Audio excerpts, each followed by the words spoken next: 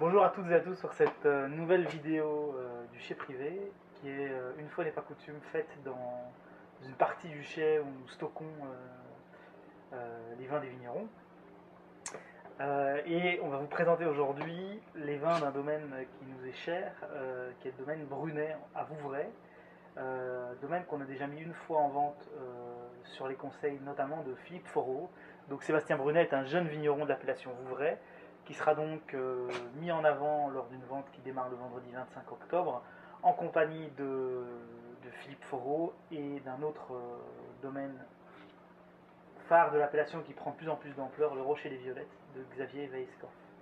Donc on va déguster aujourd'hui les trois cuvées principales de Sébastien Brunet.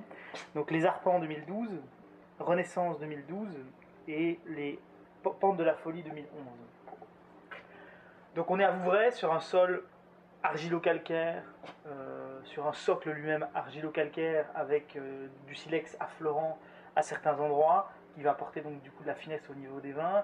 On a des vins qui sont assez tendus, sur chenin évidemment 100%, avec quand même une belle structure et une belle longueur en bouche. On a donc trois gammes très différentes qui se différencient essentiellement les unes des autres par l'âge des vignes. Donc ici on a des vignes de 25 ans sur les Arpents, en moyenne 45 ans sur la Renaissance et des vignes de 80 ans sur les Pentes de la Folie.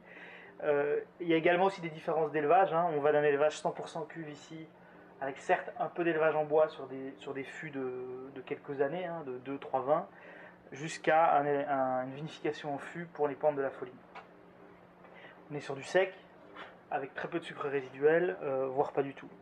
Donc on va commencer la dégustation par le Vouvray Les Arpents 2012. Hein. C'est un Vouvray vraiment un vin entrée de gamme qui se veut tout à fait abordable, très agréable pour les apéritifs et très typé chenin. Donc avec des notes assez agrumes quand même, ce qui n'est pas forcément typique du chenin, et des notes un peu poire, une belle vivacité au nez.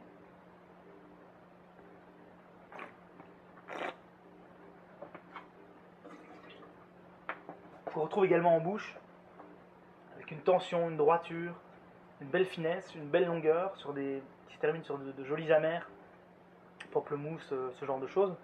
Et plus on va avancer dans la gamme de Sébastien Brunet, plus on va prendre, tout en gardant ce socle droit et tendu, plus on va prendre quand même d'ampleur autour du vin. Ensuite on déguste Renaissance 2012. J'ai pas trop parlé des millésimes. Il faut savoir que la Loire, et surtout cette partie-là de la Loire, a quand même connu des millésimes post-2010 compliqués, avec un millésime 2011 qualitatif, mais assez compliqué en termes de rendement. 2012 c'était, je veux dire, encore pire au niveau des volumes. Et vous n'êtes pas censé savoir qu'en 2013, ce vignoble a été extrêmement durement touché par la grêle, avec des pertes allant de 50 à 80% de récolte. Raison aussi pour laquelle on soutient cette zone viticole. Donc voilà, là on passe sur Renaissance, avec des vignes donc 45 ans, sur un sol qui est relativement comparable. On a un nez qui n'est pas seulement centré sur les agrumes, poires, on a également des notes florales, une belle fraîcheur au nez. Et on sent déjà au nez un peu plus d'ampleur, un peu plus de gourmandise aussi.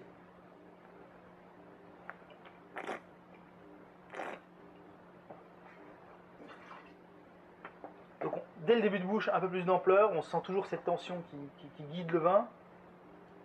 Et le point comparable avec les Arpents, c'est peut-être une similitude aromatique du millésime 2012, c'est qu'on est vraiment sur cette sensation de zeste d'agrumes, donc avec de très jolis amers. Donc c'est un vin qu'on pourra marier avec un poisson où on aura préparé une sauce à base d'agrumes, hein, ce qui peut fonctionner très bien. Ensuite on va passer sur les Pentes de la Folie, qui est la cuvée haut de gamme du domaine. On est donc sur une vinification et élevage en fût, et sur des très très vieilles vignes de chenin. On voit très peu de différence à ce stade-ci au niveau de la couleur, hein. On passe sur un millésime qui est un peu plus ancien, puisqu'on est sur le millésime 2011. Millésime extrêmement élégant, et c'est vrai qu'au nez, on retrouve toujours cette pâte agrumes, poire, florale, et on va rajouter quelque chose avec ces notes très très légèrement boisées. Donc le bois est vraiment s'intègre complètement dans la structure du vin, hein. Il n'atomise pas du tout le nez.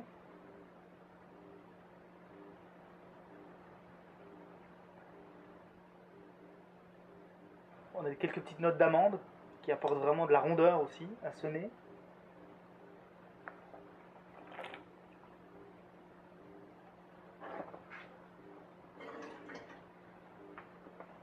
Et en bouche, on a beaucoup de rondeur et j'ai presque envie de dire aussi un peu plus de tension que sur les deux autres. Donc on a tout, on est sur un Vanguard qui est très rond en début de bouche, tendu et avec une très belle finale. On est sur des notes, on ressent le côté un peu pierre à fusil aussi dans ce vin-là, un peu moins sur les zestes d'agrumes que sur les deux autres. Mais c'est vraiment une très très belle bouteille. Donc voilà, ne loupez pas cette opération avec les deux autres vignerons, Foro et Weiskopf. Et à très très bientôt pour une nouvelle vidéo du Chez Privé.